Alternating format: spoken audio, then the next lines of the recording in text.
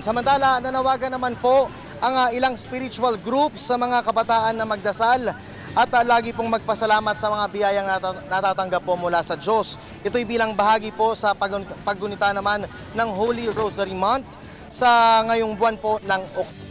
Ng balita mula kay Julius Lisabon.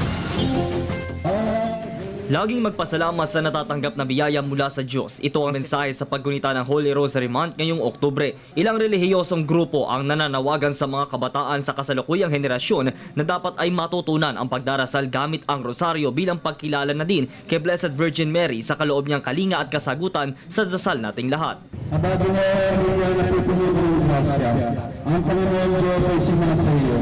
Ang pinagpala sa babaeng lahat at pinagpala na namin lahat sa iyo. Ayon sa grupo, sa anumang dumaang kalamidad, bagyo man o lindol, hindi dapat mawala ang pananalig sa Diyos. Matatandaan unang inintroduce kay Pope St. Pius V ang nasabing kapistahan noong ika-7 ng Oktubre taong 1571. Kasabay na din ito ng komemorasyon ng miraculous victory ng Christian forces sa Lepanto Battle. Sa iwan ang mukha sa lupa, pinanong sila ng mga lalaki. Bakit ninyo hinahanap ang buhay sa gitna ng mga patay? Wala na siya rito, siya ay huling nabubuhay.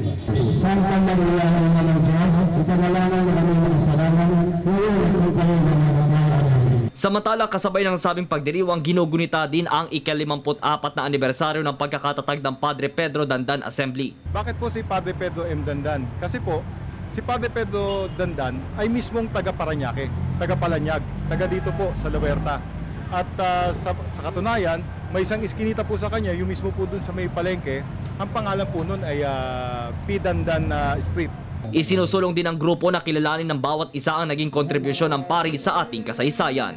Si Padre Dandan, kung maralaman lang po ninyo sa history, naging isang presidente rin po siya.